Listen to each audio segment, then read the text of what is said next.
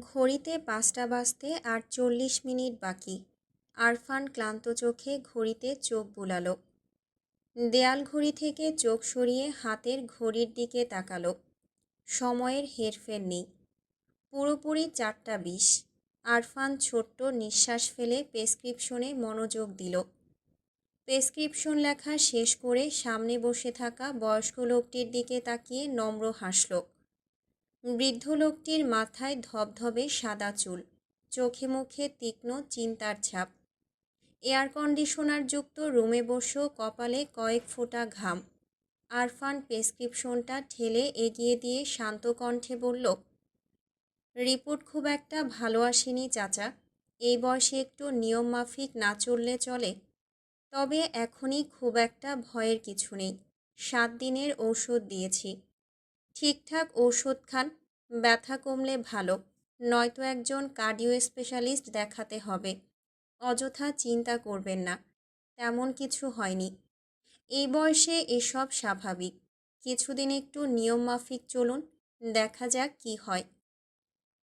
আরফানের কথায় বৃদ্ধের চিন্তা কিছু কমল বলে মনে হলো না। বয়স্ক লোকটির পাশে থাকা জোয়ান মতো লোকটি আরও অস্থির হয়ে উঠল। ছেলেটার বয়স 25-এর বেশি হবে না। চোখে মুখে একটা আদর আদর ভাব আছে। ছোট থেকে কোলে কোলে বড় হওয়া ছেলেদের মুখে এই ভাবটা বেশি থাকে, একটু আহ্লাদি ভাব। অল্পতেই অস্থির হয়ে ওঠাই এদের স্বভাব। আরফান কাটা কাটা চোখে ছেলেটিকে পর্যবেক্ষণ করল। ছেলেটির চোখের দৃষ্টি অস্থির। সে সেই অস্থিরতা নিয়েই প্রশ্ন করল, এনিথিং সিরিয়াস ডক্টর? ওনার অ্যাটাক ফ্যাটাক হওয়ার সম্ভাবনা নেই তো? আমি আর দাদু একা বাড়িতে থাকি। হঠাৎ অ্যাটাক ফ্যাটাক হয়ে গেলে ঝামেলা। বাবা জাস্ট খুন করে ফেলবে আমায়। আরফান ছেলেটির দিকেই তাকিয়েছিল। ছেলেটির কথা শুনতে শুনতে পুরো ভ্রুজোড়া খানিকটা কুঁচকে এলো। ছেলেটা বেশি কথা বলে। এই বয়সের ছেলেদের অযথা বকবক করার শোভা পায় না, কিন্তু এই ছেলেটাকে পাচ্ছে। ছেলেটির কথা একটা শিশুসুলভ ভাব আছে। আরফান একটা দীর্ঘশ্বাস ফেলে চেয়ারে ঠেস দিয়ে বসল। Arfan medicine doctor. কার কখন অ্যাটাক ফ্যাটাক হয়ে যাবে তা তার জানার কথা নয়। তাছাড়া হার্ট অ্যাটাকটা অধিকাংশ সময়ই আকস্মিক। কিছু কিছু ক্ষেত্রে যে সূক্ষ্ম লক্ষণ দেখা যায় না তা নয়। লক্ষণ দেখা যায়। রোগী সেই লক্ষণগুলো ঠিকঠাক বলতে পারলে অ্যাটাকের আগেই কিছু একটা ব্যবস্থা নিতে পারে চিকিৎসক। তাই বলে এভাবে আগাম জানা সম্ভব নয়। আরফান ডাক্তার বলেই তো আর বলতে পারে না, অমুক সাহেব, আপনি শনিবার সকাল 10টায় হার্ট অ্যাটাক করবেন। আপনার উচিত সকাল 6টায় হাসপাতালে এসে বসে থাকা, নয়তো কেল্লা ফতে। বিষয়টা ভাবতেই কেমন অদ্ভুত লাগছে আরফানের। আরফান মৃদু শ্বাস টেনে বলল, তা বলতে পারছি না, তবে ওষুধগুলো ঠিকঠাক নিন। আর অযথা চিন্তাভাবনাগুলোকে একদম লাল কার্ড দেখিয়ে দিন। ইনশাআল্লাহ এমন কিছুই হবে না। বৃদ্ধ তার নাতির সাথে আরও কিছুক্ষণ কথা বলে তাদের বিদায় করল আরফান। তাড়াহুড়ো করে আবারও ঘড়ির দিকে তাকালো। 4টা 30। এর মধ্যেই দরজা ঠেলে ভেতরে ঢুকল পরবর্তী রোগী। আরফান হাতের কাছের ফাইলগুলো গোছাতে গোছাতে সামনে না তাকিয়ে বলল, বসুন প্লিজ। আগন্তুক নিঃশব্দে বসল। আরফান দীর্ঘশ্বাস ফেলে সামনের দিকে তাকাতেই অবচেতন মনটা খানিক চমকে উঠল। বুকের ভেতরটা পরিচিত প্রশ্নে উথাল পাথাল হয়ে উঠল। এই মেয়ের এখানে কি? আবারও নতুন কোনো এলিগনেশন লাগাতে এসেছে নিশ্চয়ই। আরফান নিজের অজান্তেই প্রশ্ন করল, আপনি এখানে? নম্রতা ডোন্ট কেয়ার ভাব নিয়ে বলল, ডাক্তার দেখাতে এসেছি। আরফান বিরক্ত হয়ে বলল, ডাক্তার দেখানোর মতো কি হয়েছে আপনার? দেখুন, ফাজলামো করার মতো সময় আমার হাতে নেই। You may leave. আরে, বাইরে ভিজিট দিয়ে অ্যাপয়েন্টমেন্ট নিয়ে গোটা 2 ঘন্টা অপেক্ষা করে তারপর ঢুকেছি, আর আপনি বলছেন চলে যেতে? আশ্চর্য। নিন, বসুন, চিকিৎসা করুন। আরফানের পুরো ভ্রুজোড়া আরও খানিকটা কুঁচকে এলো। নম্রতার প্রতি সে মাত্রাতিরিক্ত বিরক্ত। কাল রাতেই আরফান প্রতিজ্ঞা করেছে নম্রতার সাথে এই জীবনে দ্বিতীয়বার কথা বলবে না। ভাগ্যের নির্মম পরিহাসে আজই এমন অঘটন ঘটে গেল। নম্রতা নামের মেয়েটা একদম সামনে এসে দাঁড়িয়ে গেল। জীবনে প্রথমবারের মতো আরফানের পরিকল্পিত চিন্তাভাবনা একদম মাঠে মারা গেল। আরফানের রাগটা আবারও তরতর করে বাড়ছে। আরফান গাল ফুলিয়ে শ্বাস নিল। তারপর নিঃশব্দে টেলিফোনটা তুলে নিল কানে। মৃদু শান্ত স্বরে প্রশ্ন করল, আর কজন পেশেন্ট বাকি আছে আসাদ? ওপাশ থেকে ফ্যাসফেসে গলায় উত্তর এলো, ছিল কয়েকজন। তাদেরকে 8টার পর আসতে বলেছি স্যার। আরফান হালকা কেশে গলা পরিষ্কার করল। ইতস্তত কণ্ঠে বলল, মাত্রই যিনি ঢুকলেন তার কাছে অ্যাপয়েন্টমেন্ট আছে? জি স্যার, 12 নাম্বার সিরিয়াল। কেন স্যার, কোনো সমস্যা? আরফান ক্লান্ত কণ্ঠটা খানিক উঁচু করল। নম্রতা শুনতে পায় এমন করেই বলল, না, কোনো সমস্যা নেই। আমি আজ আর রুগী দেখব না, বেরুচ্ছি। ওনাকে ওনার ফিসটা ব্যাক করে দাও। আসাদ অবাক হলো। বিনয়ী কণ্ঠে বলল, আচ্ছা স্যার। আরফান টেলিফোন নামিয়ে রেখে উঠে দাঁড়ালো। চেয়ারের হাতলে থাকা অ্যাপ্রনটা হাতে তুলে নিয়ে বেরিয়ে যাওয়ার জন্য প্রস্তুত হতে লাগলো। নম্রতার দিকে ফিরেও তাকালো না। নম্রতা কিছুক্ষণ কপাল কুঁচকে তাকিয়ে থেকে বলল, আশ্চর্য, পেশেন্ট না দেখেই চলে যাচ্ছেন। এটা কেমন বিহেভিয়ার? আপনারা রুগীদের সাথে এমন ব্যবহার করেন? রুগী যদি এখন মরে টরে যায়, তার দায়ভার কে নেবে শুনি? আরফান ভ্রু কুঁচকে তাকালো। ঘাটটা হালকা কাত করে বলল, আপনি মরে যাচ্ছেন নাকি? কই, দেখে তো মনে হচ্ছে না। নম্রতা লাফিয়ে উঠে বলল, বলছেন কি? আপনি এভাবে ফ্লুয়েন্টলি আমার মৃত্যু কামনা করতে পারছেন? মানবতা বলে কিচ্ছু নেই, সাংঘাতিক। আরফান এবার চরম বিরক্ত। এই মেয়ের অ্যাকচুয়াল সমস্যাটা কোথায়? ঝড়ের মতো হুটহাট কোথা হতে আছড়ে পড়ে। আরফানের মন মেজাজকে লণ্ডভণ্ড করে দিয়ে আবার মুহূর্তেই হাওয়া হয়ে যায়। খানিকটা উদ্ভট, খানিকটা আশ্চর্য। আরফান গাল ফুলিয়ে শ্বাস ছাড়ল। যথেষ্ট শান্ত কণ্ঠে বলল, দেখুন মিস নম্রতা মাহমুদ, এটা আমার চেম্বার, কোনো পাগলাগারদ বা নাট্যশালা নয়। আপনি প্লিজ আপনার ড্রামা বন্ধ করুন এবং বাড়ি যান। আপনার মিথ্যে অসুস্থতার গল্পের থেকে সত্যিকার অসুস্থ দুটো পেশেন্ট আমার কাছে বেশি গুরুত্বপূর্ণ। ক্যান ইউ লিভ নাও? নম্রতা যেন আকাশ থেকে পড়ল। বিস্মিত কণ্ঠে বলল, আশ্চর্য, আপনি আমার সাথে এমন ব্যবহার কেন করছেন ডক্টর? আমার অসুস্থতাটা আপনার কাছে নাটক বলে মনে হচ্ছে? Be gentle doctor Arfan. আপনি তো নিজেই দেখলেন কতটা অসুস্থ হয়ে পড়েছিলাম সেদিন। দেখেননি আপনি? তারপরও অসুস্থ অসহায় মেয়ের সাথে এমন ব্যবহার। আর আপনার কি ধারণা টাকা পয়সা গাছে ধরে?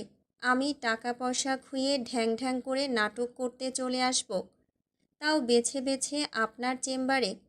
আপনি কি আমার প্রেমিক হন, নাকি আমি আপনার প্রেমে হাবুডুবু খাচ্ছি? কোনোটাই তো নয়। আপনাকে দেখার জন্য মারা যাচ্ছি এমন সাংঘাতিক ঘটনাও কখনো ঘটবে না। তাহলে? আরফান এবার খানিকটা নরম হলো। অ্যাপ্রনটা চেয়ারে ঝুলিয়ে রেখে ছোট্ট নিঃশ্বাস ফেলল। চেয়ার টেনে বসে সন্দিহান চোখে তাকালো। গম্ভীর কণ্ঠে প্রশ্ন ছুড়ল, আচ্ছা, আপনার সমস্যা বলুন। নম্রতা রহস্যময় হাসল। আরফান গম্ভীর চোখ দুটো মেলে বলল, কি হলো বলুন। কথাটা বলে আরও একবার ঘড়িতে চোখ বুলালো আরফান। নম্রতা ফট করে বলল, নিশাত সাহেবের নাম্বারের চিন্তায় জ্বর উঠে গিয়েছে। মনের থার্মোমিটারে সর্বোচ্চ তাপমাত্রা ধরা পড়ছে। আপনি তার নাম্বারটা দিয়ে আমার জ্বরমুক্ত করুন ডক্টর। আরফান ঘড়ি থেকে চোখ ফিরিয়ে অন্যমনস্ক দৃষ্টিতে নম্রতার মুখের দিকে তাকালো। কপাল কুঁচকে বলল, জি। নম্রতার কথার মূলভাব উদ্ধার করতে আরফানের অন্যমনস্ক মস্তিষ্ক ২-৩ সেকেন্ড সময় নিল। অর্থ উদ্ধার করার পর চট করেই উঠে দাঁড়ালো আরফান। চোয়াল শক্ত করে বলল, কি? আপনি মজা করতে এসেছেন এখানে? নম্রতা বেশ সিরিয়াস ভঙ্গিতে বলল, একদমই নয়, রোগ সারাতে এসেছি। যেহেতু রোগের ঔষধ আপনার কাছে, সেহেতু রোগ তাড়ানোর দায়িত্বটাও আপনার। নাম্বারের চিন্তায় রাতে ঘুমোতে পারছি না, খেতে পারছি না, প্রেশার ফল করছে, তাই ভিজিট দিয়ে নাম্বার নিতে এসেছি। এবারও দেবেন না? আরফান অবিশ্বাস্য দৃষ্টিতে তাকিয়ে আছে। এই মেয়ে নির্ঘাত পাগল, আর এই মেয়ের পাল্লায় পড়ে সে রীতিমতো ছাগল। একটা নাম্বারের জন্য এত কাহিনী করার কোনো মানে হয়? কি এমন সম্পর্ক নিশাদার তার? নিশাদের ইতিপূর্বে কোনো গার্লফ্রেন্ড ছিল কিনা মনে করার চেষ্টা করল আরফান। এই মুহূর্তে মনে পড়ছে না। ছাত্রজীবনে থাকলেও থাকতে পারে, কিন্তু তখন তো এই মেয়ের নিতান্তই বাচ্চা থাকার কথা। নম্রতা আবারও একই কথা বলায় বিরক্ত কণ্ঠে বলল আরফান, আপনার ভিজিটের জন্য আমি মারা যাচ্ছি না। বারবার ভিজিট করবেন না। আপনার টাকা নিয়ে আপনি বিদায় হন। নাম্বার আমি দেব না, ব্যাস। নম্রতা নাক মুখ ফুলিয়ে বলল, আপনি তো সাংঘাতিক নির্দয় মানুষ। একটা নিষ্পাপ মেয়েকে এভাবে ঘোরাচ্ছেন। আরফান বাঁকা হাসল। টেবিলের ওপর খানিকটা ঝুঁকে এসে বলল, don't be so silly miss Nimpata. আপনি নিষ্পাপ হলে এই পৃথিবীতে কনভিক্টেড কোনো মানুষ থাকবে বলে মনে হয় না। সবাই নিজেকে ইনোসেন্ট বলেই দাবি করবে। নম্রতা রাগী দৃষ্টিতে তাকালো। নিমপাতা? নম্রতাকে এই ডাক্তার ফট করে নিমপাতা বানিয়ে ফেলল। নম্রতা নিজেও খানিকটা ঝুঁকে এলো টেবিলে। দাঁতে দাঁত চেপে বলল, আপনি নাম্বার দেবেন কিনা বলুন। আরফান ড্যামকেয়ার ভাব নিয়ে বলল, দেব না। নম্রতা বুঝল এই লোকের সাথে শক্ত হয়ে লাভ নেই। এই লোক নিদারুণ খেলোয়াড়। নম্রতাকে খুব একটা পাত্তা সে দেবে না। নম্রতার মস্তিষ্ক বিজ্ঞের মতো উপদেশ দিল, চোখ বন্ধ করে অপমান সয়ে নে নমু। বিপদের সময় অপমান গায়ে মাখতে নেই, তেল দে। এই আরশোলাকে হালকা পাতলা তেল দেওয়া যেতেই পারে। বেঁচে থাকলে শোধ নেওয়ার অসংখ্য সুযোগ পাবি। Do it fast. নম্রতা মস্তিষ্কের উপদেশ অক্ষরে অক্ষরে পালন করে আরফানের দিকে মায়া মায়া চোখে তাকালো। মনের ভেতর এক আগ্নেয়গিরি সমান রাগ নিয়ে সে মৃদু হাসল। ইনিয়ে বিনিয়ে বলল, আমাদের পার্সোনাল প্রবলেমগুলো এখানে টানার কি কোনো মানে হয়? একজন দায়িত্ববান পুরুষ হিসেবে এতটুকু সাহায্য তো আপনি করতেই পারেন। তাছাড়া একটা ফোন নাম্বারই তো। এমন অসংখ্য নরম কথাতেও আরফানের মন গলল বলে মনে হলো না। সে অস্থির ভঙ্গিতে বারবার ঘড়ি দেখতে লাগল। ঘড়িতে 5:30 বাজতেই তাড়াহুড়ো করে উঠে দাঁড়ালো আরফান। ব্যস্ত কণ্ঠে বলল, টাইমস আপ, আমায় যেতে হবে। নম্রতা গোধরে বলল, আমার প্রেসক্রিপশন না দিলে আমি যাব না। ভিজিট দিয়ে এসেছি, বিনে পয়সায় নয়। আরফান নম্রতার দিকে তাকালো। আবারও ভিজিট করছে মেয়েটা। ভাবভঙ্গি দেখে মনে হচ্ছে আরফানকে সে কোটি টাকা ডোনেশন দিয়ে ফেলেছে। অসহ্য। আরফান একটা কাগজ টেনে নিয়ে কিছু একটা লিখল। তারপর নম্রতার দিকে এগিয়ে দিয়ে বলল, I don't wanna meet you again, miss Namrata. Namrata কাগজটা হাতে নিল। খুশি হয়ে বলল, মি টু। শব্দ দুটো উচ্চারণ করেই কাগজের দিকে তাকালো নম্রতা। আরফান ততক্ষণে চেম্বার থেকে বেরিয়ে গিয়েছে। সাদা কাগজে ইংরেজিতে লেখা শব্দগুলো দেখে চোখ বেরিয়ে আসার উপক্রম হলো নম্রতার। কাগজের ঠিক মাঝখানে লেখা, you are mad, I don't wanna meet you again. Namrata প্রথমে ভীষণ ক্রুদ্ধ হলো, তারপর আশাহত দৃষ্টিতে চেয়ে রইল কাগজটির দিকে। রাগে দুঃখে কাগজটি দুমড়ে মুচড়ে ফেলে দেওয়ার ঠিক আগ মুহূর্তে কাগজের অপর পৃষ্ঠায় থাকা 11 ডিজিটের নাম্বারটা চোখে পড়ল তার। নম্রতা খুশিতে ঝলমলিয়ে উঠল। শেষমেশ নিষাদের নাম্বারটা পেল সে। সত্যিই পেল। এবার নিশ্চয়ই জবাব মিলবে। এত বছরের জমিয়ে রাখা প্রশ্নের জট খুলবে। বর্ষার শেষ, তবুও সারাদিনব্যাপী মুষলধারার বৃষ্টি। নাদিম পাজেরো সেডান গাড়িতে বসে আছে। বৃষ্টির তোড়ে ঘোলা হয়ে আসছে উইন্ডো শিল্ড। ড্রাইভার উইপারগুলো সক্রিয় করে দিয়ে হালকা কাশল। মুখভঙ্গি গম্ভীর করে বলল, শাহবাগের রাস্তায় 2 দিন আগে গর্ত খোঁড়া হয়েছে। বৃষ্টির পানি জমে নাজেহাল কাণ্ড। গাড়ি যাবে বলে মনে হচ্ছে না। আপনার এখানেই নামতে হবে। নাদিম বিরক্ত চোখে তাকালো। বাইরে টানা বৃষ্টি। এই বৃষ্টিতে বেরোনো মাত্রই কাক ভেজা নিশ্চিত। এই চকচকে লাল পাজেরো গাড়িটা তার নয়, তার বড়লোক ছাত্রী মৌসির। টিউশনি করে ফেরার সময় একরকম জোর করেই গাড়িতে উঠানো হয়েছে তাকে। প্রথম দফায় মুখ চোখ গম্ভীর করে না হেঁকেছিল নাদিম। এসব চকমকে গাড়িতে চলার অভ্যেস তার নেই। সে মাটির মানুষ। 2-1 ঘন্টার বৃষ্টিতে কিছুই হয় না, কিন্তু বড়লোক বাবার মেয়েদের মধ্যে একটা ন্যাকা ন্যাকা ভাব থাকে। এরা রিজেকশন জিনিসটা সহ্য করতে পারে না। অল্পতেই চোখ মুখ অন্ধকার করে টলমলে চোখে তাকায়। সুন্দরী মেয়েদের টলমলে দৃষ্টি উপেক্ষা করা কঠিন। নাদিমও পারেনি। এক সমুদ্র বিরক্তি নিয়ে চকচকে গাড়িতে উঠতে হয়েছে। সেই সাথে ড্রাইভার নামক উল্লুক বস্তুটির বক্রচাহনির শিকার হতে হয়েছে। বড়লোকের সুন্দরী মেয়েরা যতটা ঢঙ্গি হয়, তাদের ড্রাইভারগুলো হয় ততটাই হারামি। এদের ভাবসাব গাড়ির মালিকের থেকেও উঁচু। মালিকের সুন্দরী মেয়েরা নাদিমের মতো ছাল চামড়াহীন উদ্ভট ছেলেদের দিকে মায়া মায়া চোখে তাকালেই এদের ষষ্ঠ ইন্দ্রিয় দৌড়াতে শুরু করে। ওসব ছাল চামড়াহীন ছেলেগুলো হয়ে দাঁড়ায় রাজ্যের বিতৃষ্ণার বস্তু।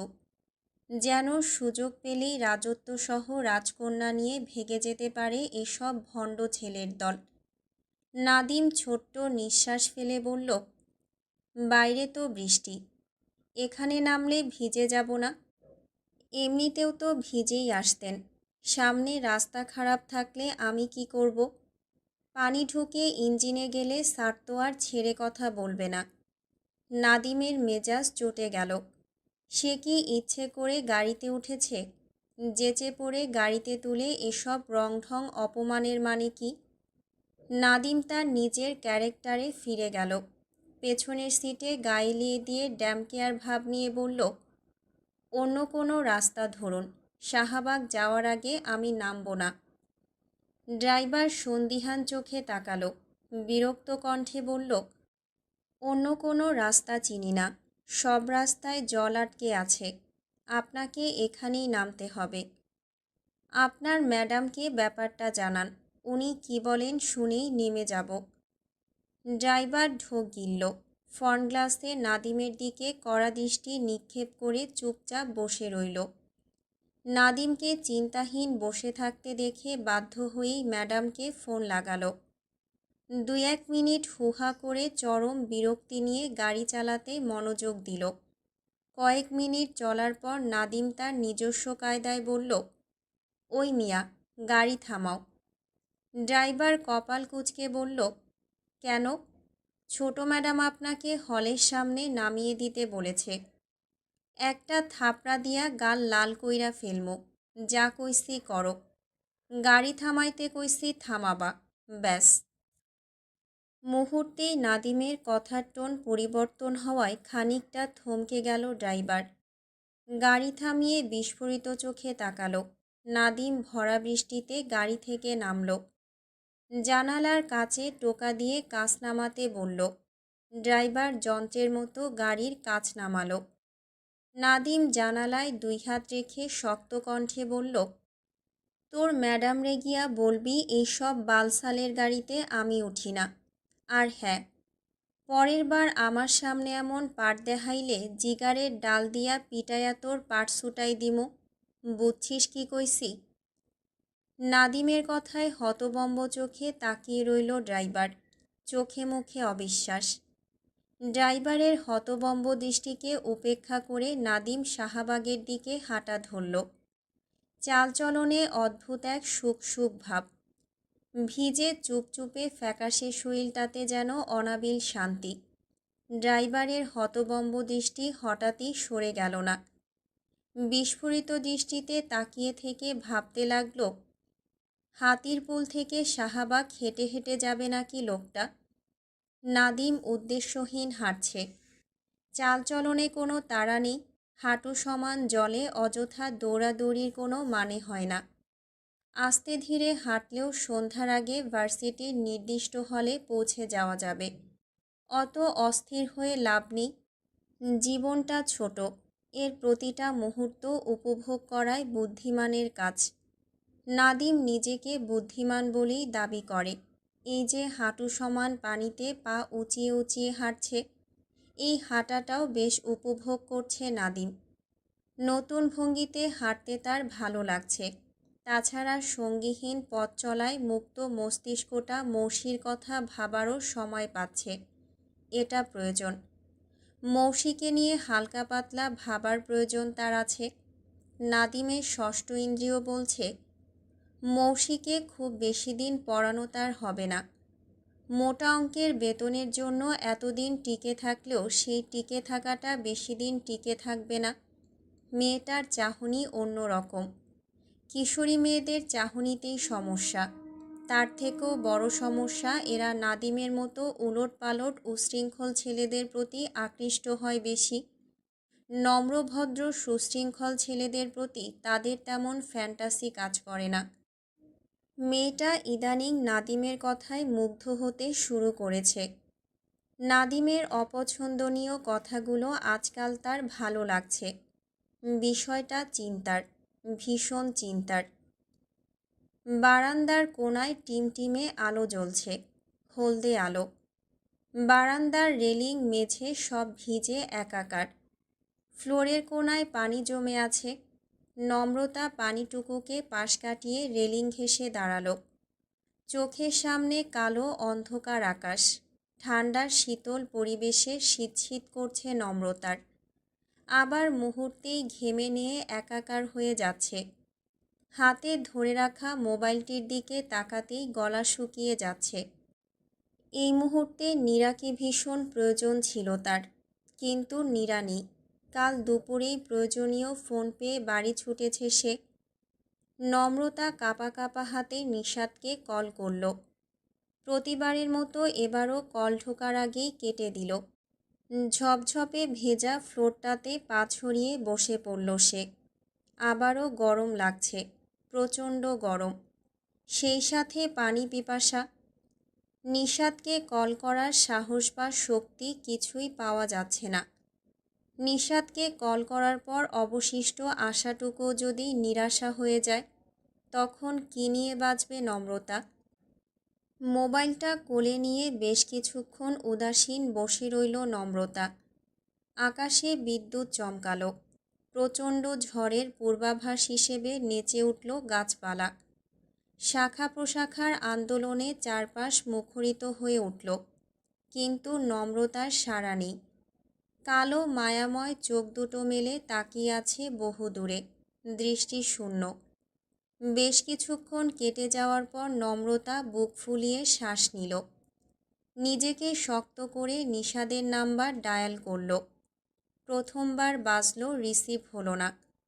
অধৈর্য নম্রতা আবারও ডায়াল করল। কল কেটে যাওয়ার আগাগ মুহূর্তে কল রিসিভ হলো। ওপাশ থেকে গম্ভীর ভরাট কণ্ঠে সালাম দিয়ে উঠল কেউ। নম্রতা হঠাৎ কোনো কথা খুঁজে পেল না। গলা থেকে কথা বেরুচ্ছে না। বহু কষ্টে সালামের জবাব নিতেই ওপাশ থেকে প্রশ্ন ছুড়ল, জি, কে বলছেন? আপনি নিশাদ সাহেব? ওপাশ থেকে খুব মেজাজি উত্তর। সাহেব কিনা বলতে পারছি না, তবে নিশাত নিশ্চয়। কিন্তু আপনি কে? মাফ করবেন, চিনতে পারছি না। নম্রতা ভেতরের উথালপাথাল চিন্তাকে চাপা দেওয়ার চেষ্টা করে যথাসম্ভব শান্ত কণ্ঠে বলল, আমি নম্রতা, নম্রতা মাহমুদ। নম্রতা? আপনাকে কি আমার চেনার কথা? আসলে এই নামে কাউকে চিনি বলে তো মনে পড়ছে না। কিছু মনে না করলে আরেকটু ডিটেলস পরিচয় দেওয়া যাবে আমার চেনার মতো? নম্রতা ছোট্ট নিঃশ্বাস ফেলে বলল, আপনার সাথে আমার দেখা হয়েছিল মাসখানেক আগে কক্সবাজারে। আপনার বন্ধুর সাথে একটা ঝামেলা বেঁধে গিয়েছিল আমার, মনে পড়েছে? ওপাশে কিছুক্ষণ নীরবতা, তারপর উৎসাহী কণ্ঠে উত্তর, আরে চিনতে পেরেছি, সরি, প্রথমটায় গুলিয়ে ফেলেছিলাম। কেমন আছো? নিশাদের কথায় খানিকটা থমকালো নম্রতা। নিশাদের কথার টোন পাল্টে গিয়েছে। তার কথা বলার ভঙ্গি দেখে মনে হচ্ছে নিশাদ তার পূর্ব পরিচিত। বহু বছর পর হঠাৎ তাদের কুশলাদি বিনিময় হচ্ছে। নম্রতা একটু চুপ থেকে বলল, আপনি আমায় চেনেন? নিশাদের স্বাভাবিক উত্তর, চিনব না কেন? কিভাবে চেনেন? তুমি যেভাবে চেনো সেভাবেই। নম্রতা বুঝতে না পেরে বলল, মানে? নিশাদ উত্তর না দিয়ে পাল্টা প্রশ্ন ছুড়ল, তুমি হঠাৎ আমায় ফোন করলে, কোনো প্রয়োজন ছিল? নম্রতার সব গুলিয়ে যাচ্ছে। এই লোকটি ঠিকঠাক উত্তর দিচ্ছে না, নাকি নম্রতা ঠিকঠাক প্রশ্নই করতে পারছে না? নম্রতাকে সোজাসাপটা জিজ্ঞেস করবে? নম্রতাকে চুপ থাকতে দেখে ওপাশ থেকে বলল, হ্যালো, হ্যালো নম্র, শুনছো? নম্রতা ফট করেই প্রশ্ন করল, আপনি কি সে? তুমি আমাকে খুঁজছিলে, তো আমি যে সে হব এটাই স্বাভাবিক। নম্রতা কি বলবে বুঝতে পারছে না। নিশাদ কথার প্রেক্ষিতে কথাটা বলল নাকি সবটা বুঝে বলল সেটাও বোঝা যাচ্ছে না। নম্রতা বুঝল এভাবে সম্ভব নয়। সরাসরি কথা বলে মিটমাট করতে হবে, তাছাড়া কথাগুলো গুছিয়ে নিতে হবে। নম্রতার সময় দরকার। নম্রতা বেশ ভেবে চিনতে বলল, আমি খুব প্রয়োজনে ফোন দিয়েছি আপনাকে, কিন্তু প্রয়োজনটা ফোনে বোঝাতে পারছি না। আপনার সাথে একটু দেখা করা যাবে প্লিজ? নিশাদ খানিক চুপ থেকে বলল, আমার সাথে দেখা করতে হবে কেন? দেখা হলে বলি। নিশাদ ছোট্ট নিঃশ্বাস ফেলে বলল, বেশ, তবে আজকালের মধ্যে সম্ভব হবে না। বাবা আর মাকে নিয়ে রাজশাহী এসেছি। এখানে পার্সোনাল কিছু সমস্যার জন্য 2-4 দিন থাকতে হচ্ছে। আমি ঢাকায় ফিরে তোমায় কল দিই। অনিশ্চিত সময়ের অপেক্ষায় দীর্ঘশ্বাস ফেলল নম্রতা। ছোট্ট করে বলল, আচ্ছা। ওপাশ থেকে হাস্যোজ্জ্বল কণ্ঠে বলে উঠল নিশাদ, পড়াশোনা কেমন চলছে? নাকি এখনও ফাঁকিবাজি চলে? নিশাদের একটা প্রশ্নেই দুনিয়া ঘুরে গেল নম্রতার। কে এই নিশাদ? নম্রতা সম্পর্কে কিভাবে জানে এত? তাহলে কি সত্যিই নিশাদই সেই? নম্রতার উত্তর না পেয়ে আবারও কথা বলল নিশাদ, তুমি সত্যি এত কম কথা বলো, নাকি পাল্টে গিয়েছ? আপনি কে? কিভাবে চেনেন আমায়? তুমি জানো না কিভাবে চিনি? তুমি আমাকে চিনে ফেলেছ অথচ আমি তোমায় চিনব না? অদ্ভুত। নম্রতা শক্ত কণ্ঠে বলল, আমি আপনাকে চিনি না। নিশাদ অবাক হয়ে বলল, তাহলে খুঁজছ কেন? নম্রতা কিছু বলবে তার আগেই ব্যস্ত কণ্ঠে বলে উঠল নিশাদ, বাবা ডাকছে নম্র, এখন আর কথা বলতে পারছি না। তোমায় বরং ঢাকায় ফিরে কল করি। রাজশাহীর এই জায়গাটাতে নেটওয়ার্ক একটু স্লো। রাজশাহী কি করছেন? নিশাদ ইতস্তত করে বলল, এসেছি দুটো কাজে। এখানে জমিজমা সংক্রান্ত কিছু ঝামেলা হচ্ছে। খারিজ টারিজ করতে স্থানীয় ভূমি অফিসে ভীষণ দৌড়ঝাঁপ চলছে। আর দ্বিতীয় কাজটা হলো বাবা মা একটা মেয়ে দেখছেন। নম্রতার হঠাৎ রাগ লাগলো। এই লোক যদি সে হয়ে থাকে তাহলে তার সে বিয়ে করে ফেলছে, আর নেচে নেচে সেই খবরও দেওয়া হচ্ছে। নম্রতা তপ্ত কণ্ঠে বলল, তো বিয়ে করা হচ্ছে?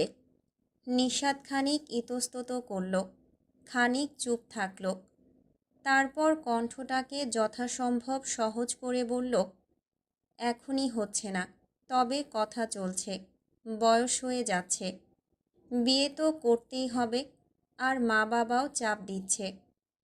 নম্রতা চাপা তেজ নিয়ে বলল, ভালো, করে ফেলুন বিয়ে। তার আগে।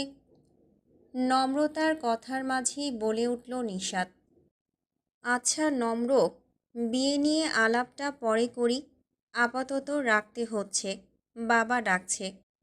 নম্রতা কিছু না বলে ফোন কাটল। মাথা ভর্তি কনফিউশন আর প্রশ্ন নিয়ে বিছানায় গা এলিয়ে দিল। জীবনটা এত কমপ্লিকেটেড কেন? চারপাশে প্রশ্নের পর প্রশ্ন। উত্তরের খাতাটা সব সময়ের মতোই শূন্য, সাদা। আকাশে মেঘ নেই, উজ্জ্বল রোদে ঝলমল করছে চারপাশ। ডিপার্টমেন্টের সামনে গোল হয়ে দাঁড়িয়ে আছে নম্রতা আর তার বন্ধুরা। নাদিম কিছুক্ষণ পর পর হাঁচি দিচ্ছে, চোখ মুখ লাল, জিহ্বা বিস্বাদ। মন মেজাজও চটে আছে খুব। ছোটোখাটো কথাতেই রেগেমেগে গলা চড়াচ্ছে, গালাগাল দিচ্ছে। নম্রতার গায়ে সাদা সালোয়ার কামিজ, চোখ মুখ ফ্যাকাশে। একটু খেয়াল করলেই চোখের কার্নিশে দেখা যাবে নির্ঘুম রাতের কালো ছোপ ছোপ দাগ। অন্তুর গায়ে ঢোলাঢালা টি শার্ট, হাতে পানির বোতল। কোনো এক অদ্ভুত কারণে কিছুক্ষণ পর পর ঢক ঢক করে পানি গিলছে সে। কিছুক্ষণ আগেই ক্লাস শেষ হয়েছে, আড্ডাটাও বেশ জমে এসেছে। আড্ডার মূল বিষয়বস্তু রিচার্ড ডকিন্সকে নিয়ে যখন সবাই যুক্তি দাঁড় করাতে ব্যস্ত, ঠিক তখনই ধীর পায়ে পাশে এসে দাঁড়ালো নীরা। গায়ে তার সবুজ রঙের শাড়ি, মুখে হালকা সাজের রেখা। নীরা পাশে এসে দাঁড়াতেই থমকে গেল সবাই। প্রশ্নবোধক দৃষ্টিতে তাকিয়ে রইল তার মুখে। পাঁচজোড়া চোখে নীরব দৃষ্টিতে নীরা কেমন ভ্যাবাচাকা খেয়ে গেল। সবার দিকে চোখ বুলিয়ে হাসার চেষ্টা করল। ছোঁয়া চশমাটা নাকের ডগায় নামিয়ে বিস্মিত কণ্ঠে বলল, শাড়িতে তোকে হেব্বি লাগছে, কিন্তু আজ তো ভার্সিটিতে কোনো অকেশন নেই। শাড়ি পরেছিস কেন দোস্ত? নাদিম অধৈর্য কণ্ঠে বলল, তুই কইতে টপকাইলি? তুই না বাড়িত গেছিলি? আর এসব মানজার কারণ কি? মতলব তো সুবিধার না মামা, বিয়া করে লাইছস নাকি? দাওয়াত দেশ নাই? তোর বিয়া মানি না, ফুট। নাদিমের সাধারণ কথাটাতেই উপস্থিত একজনের বুক ধপ করে উঠল। গলায় আটকে গেল নিঃশ্বাস। হতবম্ব অসহায় চোখে চেয়ে রইল নীরার ফর্সাটে মুখে। নীরা হাসার চেষ্টা করে বলল, তোদের না বলে বিয়ে করব নাকি? বাসা থেকে ছেলে ঠিক করেছে, তার সাথেই দেখা করার কথা আজ, ভার্সিটির পাশে রেস্টুরেন্টটাতেই। তাই। কথাটা শেষ করতে পারল না নীরা। তার আগেই একজোড়া চোখ আটকে গেল তার চোখে। সেই পাগলাটে দৃষ্টিতে ভেতরটা কেমন কেঁপে কেঁপে উঠতে লাগলো নীরার। সেই চোখে চোখ রেখেই শক্ত কণ্ঠে কথাটা শেষ করল নীরা, তাই তোদের সাথে দেখা করতে এলাম। খুব নার্ভাস ফিল করছি, দোয়া কর বিয়েটা যেন হয়ে যায়। অন্তুর হাতের বোতলটা দুমড়ে মুচড়ে গিয়েছিল সেই অনেক আগে। নীরার কথাটা শেষ হতেই বোতলটা ছুঁড়ে ফেলল দূরে। নিঃশব্দে সরে গিয়ে নিজের বাইকের উপর বসল। বাইকে স্টার্ট দিতেই চেঁচিয়ে উঠল নাদিম, ওই হালা, যাস কই? ক্লাস করবি না? নাদিমের কথার কোনোরূপ উত্তর না দিয়েই বাইক ছুটালো অন্তু। সেদিকে তাকিয়ে থেকে একই সাথে পাঁচটা হৃদয় থেকে বেরিয়ে এলো তপ্ত দীর্ঘশ্বাস। কী বা করার আছে তাদের? নীরার জায়গায় অন্য কোনো মেয়ে হলে জান বের করে ছেড়ে দিত তারা, কিন্তু বন্ধুই যখন বন্ধুর প্রতিপক্ষ, তখন যে পরিস্থিতিটা বড্ড অসহায়। বন্ধুর জন্য বান্ধবীকে কি আদৌ কিছু বলা যায়? দুজনেই যে আপন, একদম নিজের। ঘড়িতে ৯টা বাজে। আকাশটা ঘন মেঘে ঢাকা। রাতের শেষ প্রহরে হুট করেই শুরু হয়েছে বৃষ্টি। আকাশ পাতাল অন্ধকার করা বৃষ্টি। শাহবাগের রাস্তায় হাঁটু সমান পানি। সেই বৃষ্টি আর পানিকে উপেক্ষা করে ভার্সিটিতে ছুটে এসেছে ডিপার্টমেন্টের ছেলেপুলে। 4 দিন বাদে সেমিস্টার ফাইনাল পরীক্ষা। লাইব্রেরিতে বই আর নোটের বহর। মৃদু গুঞ্জন তুলে পড়াশোনায় ব্যস্ত সবাই। করিডোর অথবা সিঁড়িতে বসেও চলছে গম্ভীর ডিসকাশন। ফাঁকা ক্লাসরুমেও 4-5 জনের গ্রুপ করে নিরন্তর ছুটে চলেছে গ্রুপ স্টাডি। শুধুমাত্র নম্রতাদের মধ্যে কোনো তাগিদ দেখা যাচ্ছে না। ক্যান্টিনের চিরপরিচিত টেবিলটা ঘিরে অলস বসে আছে তারা। একের পর এক চায়ের কাপ খালি হচ্ছে, কিন্তু বিষণ্ণতা যাচ্ছে না। টেবিলে পড়ে থাকা খোলা বইটির দিকে মনের ভুলেও তাকাতে ইচ্ছে করছে না। ছোঁয়া বার কয়েক বইয়ের পাতা উল্টে পাল্টে পড়ার চেষ্টা করেছে, কিন্তু পারেনি। বন্ধুদের থমথমে আড্ডায় বসে থেকে পড়ায় মনোযোগী হওয়া যায় না। চিরপরিচিত 6 বন্ধুর আড্ডায় অন্তু অনুপস্থিত। 2-3 দিন যাবৎ বন্ধুদের সাথে কোনোরূপ যোগাযোগ সে করছে না, ফোনও তুলছে না। ভার্সিটিতেও দেখা যাচ্ছে না। 4 দিন বাদে পরীক্ষা, অথচ অন্তু সেমিস্টার ফি পরিশোধ করেনি, নোট জোগাড় করেনি।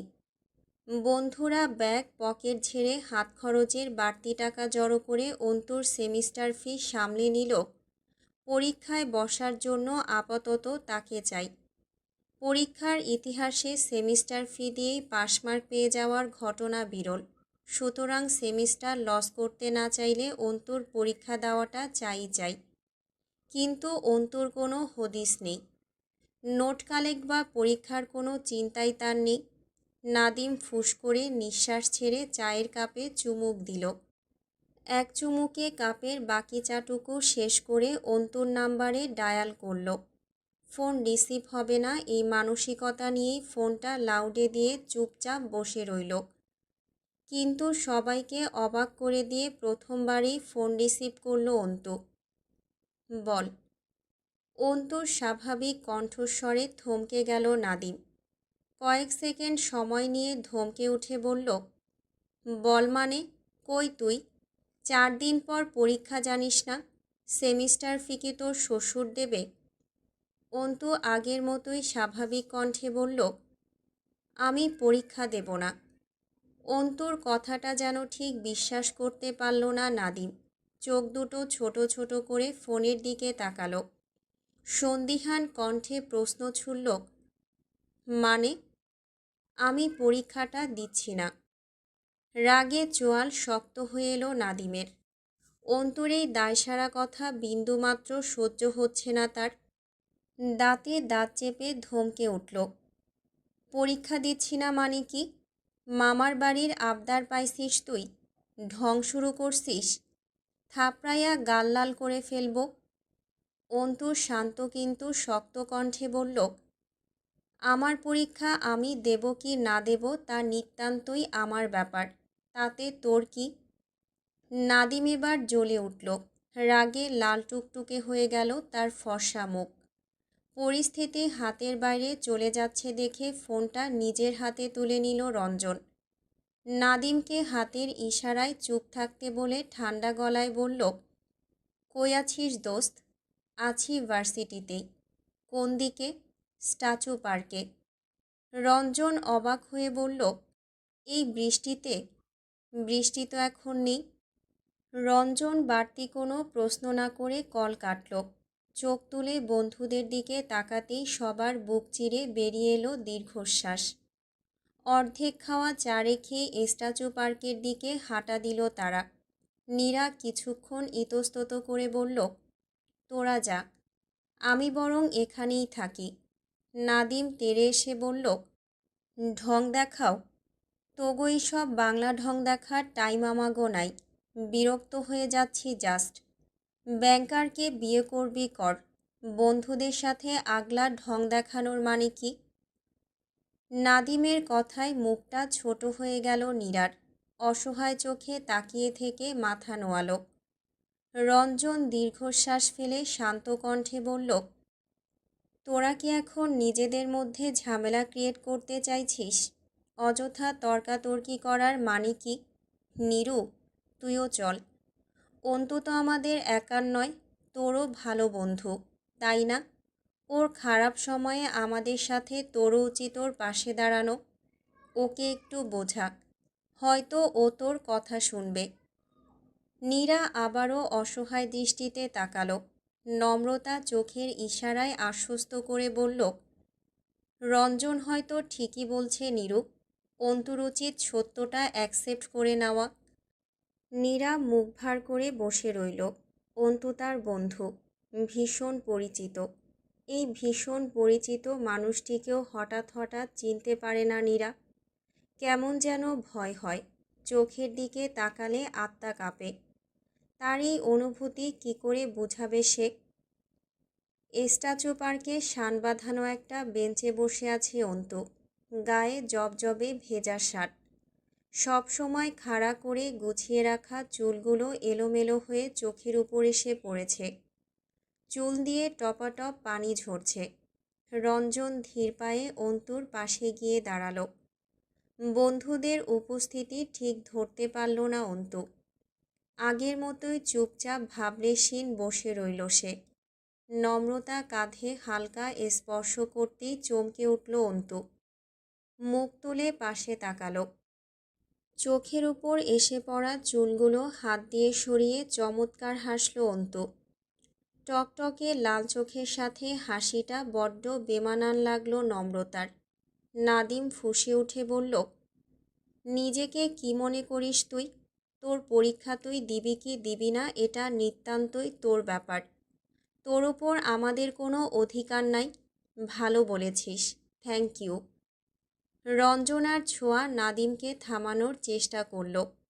ছোঁয়া নাদিমের বাহুতে হাত রাখতেই এক ঝটকায় হাত ছাড়িয়ে জায়গাটা থেকে সরে গেল নাদিম। কয়েক সেকেন্ড নাদিমের যাওয়ার দিকে তাকিয়ে গাল ফুলিয়ে শ্বাস নিল রঞ্জন। চোখ ফিরিয়ে অন্তুর দিকে তাকালো। কয়েক সেকেন্ড চুপ থেকে বলল, হঠাৎ পরীক্ষা দিবি না কেন?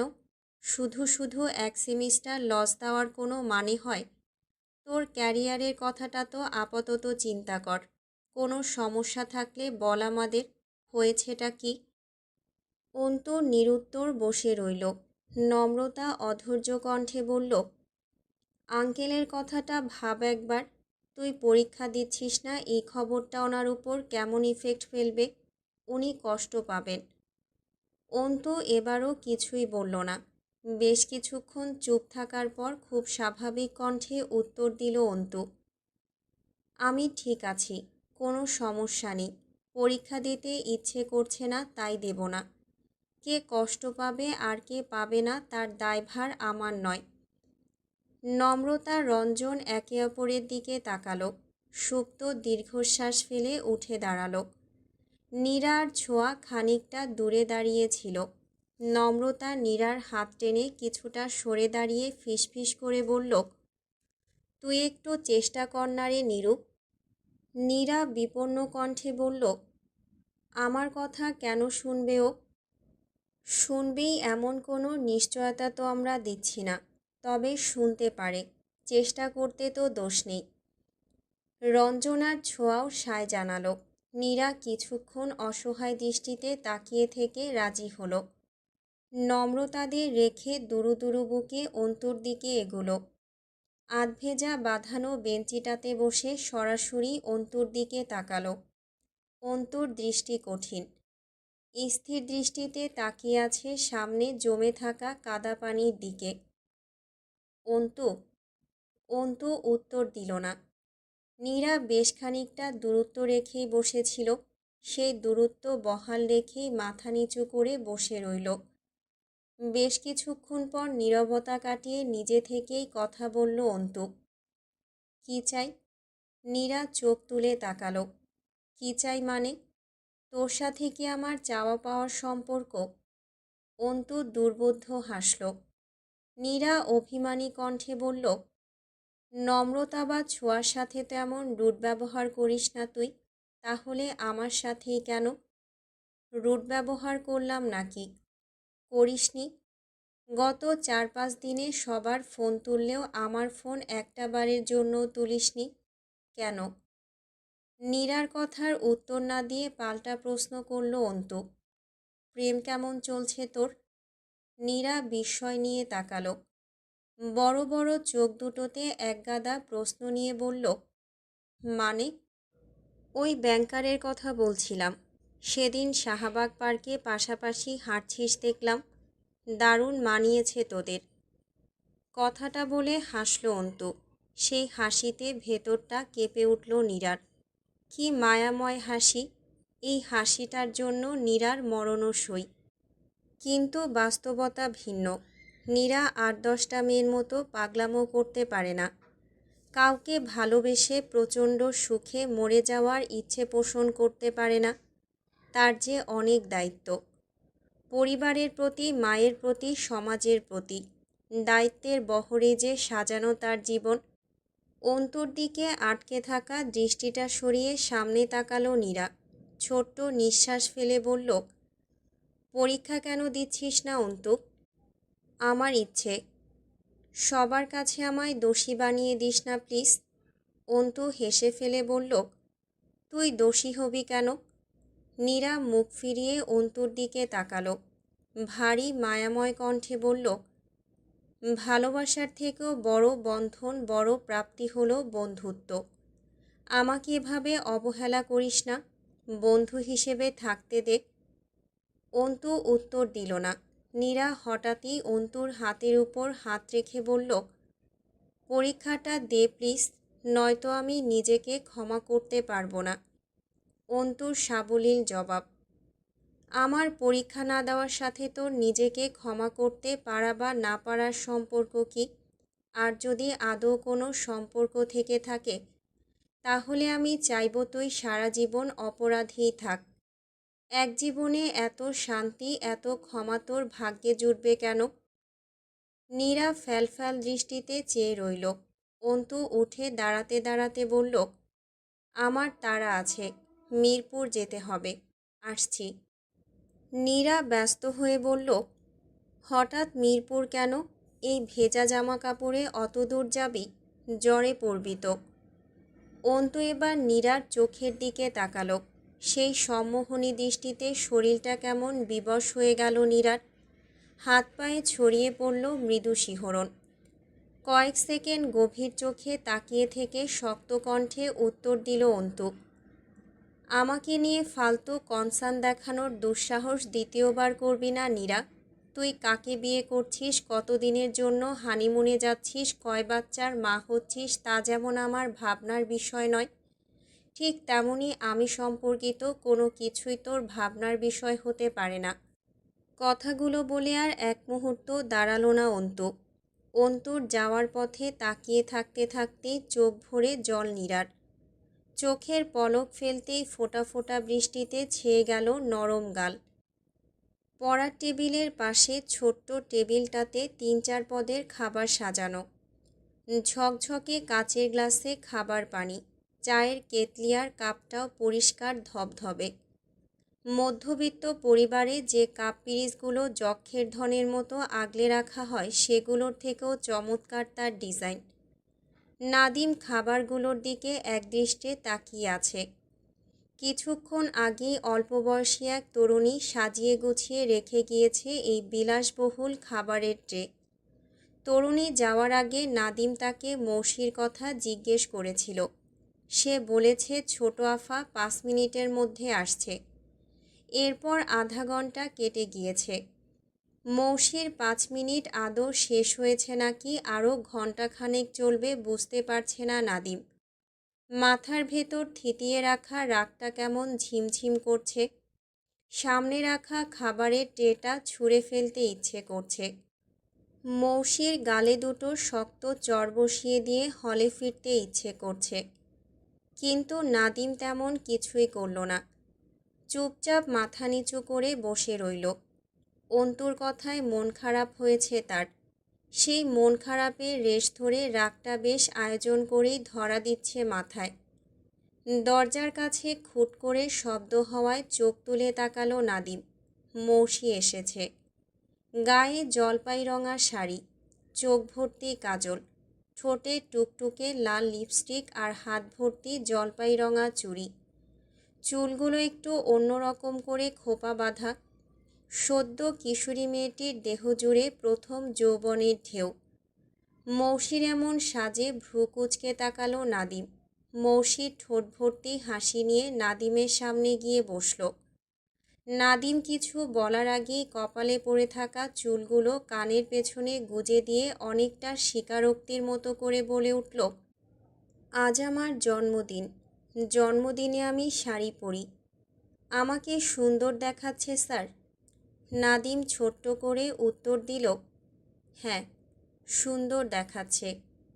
মৌসি উৎসাহ নিয়ে বলল, আমি আজকে রান্নার দারুণ কিছু প্রিপারেশন তৈরি করেছি স্যার। ইতালির বিখ্যাত নেপোলিতান পিৎজাও বানিয়েছি। আপনি কি একটু টেস্ট করবেন? কথাটা বলে বড় বড় মায়াবী চোখ মেলে নাদিমের দিকে তাকালো মৌসি। নাদিম মৌসির দিকে তাকিয়েছিল, তীক্ষ্ণতার দৃষ্টি। মৌসিকে আগাগোড়া নিরীক্ষণ করে নাদিমের হঠাৎই মনে হলো মেয়েটা অতিশয় রূপবতী। এই রূপবতী মেয়ের ইচ্ছে পূরণ করতে নেপোলিতান পিৎজা নামক খাবারটা চট করেই টেস্ট করে নেওয়া উচিত। টেস্ট করার শেষে মুগ্ধ গলায় বলা উচিত, অসাধারণ। পিৎজার মতো খাবারও যে এতটা সুস্বাদু হতে পারে তা আমি ভাবতেই পারিনি। একদম মুখে লেগে থাকার মতো স্বাদ। কিন্তু নাদিম এমন কিছুই বলল না। তার কাছে উচিত কাজগুলো কখনোই উচিত বলে বোধ হয় না। তার কাছে উচিত কাজ মানেই দুনিয়ার বিরক্তিকর কাজ। নাদিম বেশ গম্ভীর এবং স্পষ্ট কণ্ঠে বলল, নেপোলিতান নামক কোনো পিৎজা খাওয়ার জন্য আমাকে আসতে বলা হয়নি মৌসি। আমি পড়াতে এসেছি। পড়ানো শেষ হলে চলে যাব। তুমি অলরেডি আধা ঘন্টা লেট। চটজলদি বই বের করো, ফাস্ট।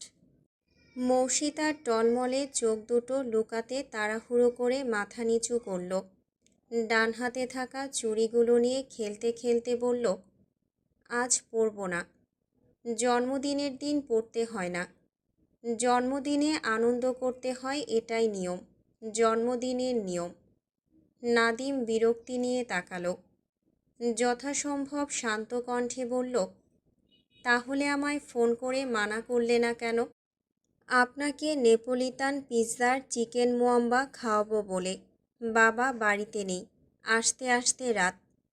আপনি কি আমার সাথে আমার জন্মদিনটা সেলিব্রেট করবেন স্যার? নাদিম উঠে দাঁড়ালো। সামনে বসে থাকা অসম্ভব রূপবতী মেয়েটির টলমলে চোখ দুটো উপেক্ষা করে বেশ স্বাভাবিক কণ্ঠে বলল, শুভ জন্মদিন মৌসি। জন্মদিনের দিন আনন্দ করতে হয়। তুমি আনন্দ করো। আমি কাল এসে তোমাকে পড়িয়ে যাব। Sharp at 12।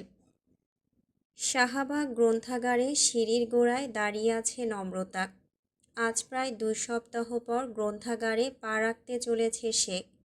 ভার্সিটিতে অন্তুকে নিয়ে ঝামেলাটা হয়ে যাওয়ার পর সবার মনই বেশ বিক্ষিপ্ত, বিশেষ করে নীরার। নীরার চোখ মুখে থমথমে ভাব, অনেকটা আষাঢ়ের ভারী আকাশের মতো। গা ভর্তি জল, অথচ ঝরে পড়ার উপায় নেই। নম্রতা আজ ইচ্ছে করেই একা ছেড়ে দিয়েছে নীরাকে। থাকুক কিছুক্ষণ একা। পৃথিবীর প্রত্যেকটা মানুষেরই একান্ত ব্যক্তিগত কিছু সময় প্রয়োজন, যেখানে সে থাকবে আর থাকবে তার নিজস্ব সত্তা। সেখানে তৃতীয় কারো থাকার অধিকার নেই। নম্রতা ছোট্ট শ্বাস ফেলে সিঁড়ি ডিঙিয়ে 2 তলায় উঠল। অলস পায়ে চিরপরিচিত সেলফটির সামনে গিয়ে দাঁড়াতেই চমকে উঠল। পুরাতন সেই বইটি সেলফের এক কোণায় পড়ে থাকতে দেখে একরকম লুফে নিল নম্রতা। বই হাতে নিয়ে কিছুক্ষণ থম ধরে বসে থেকে ধীরে ধীরে বইয়ের মলাটের নিচের দিকটায় তাকালো। কম্পনরত হৃৎপিণ্ডটি যেন কয়েক মুহূর্তের জন্য থমকে গেল। তারপর আবারও পাগলা ঘোড়ার মতো ছুটতে লাগলো হৃদস্পন্দন। পুরো 4 বছর পর চেনা সেই চিরকুট দেখে নম্রতার নিঃশ্বাস বন্ধ হয়ে যাওয়ার জোগাড়। হৃৎপিণ্ডটা বুঝি বেরিয়ে আসবে এখনই। নম্রতা 2 হাতে মুখ চেপে কিছুক্ষণ চুপচাপ বসে রইল।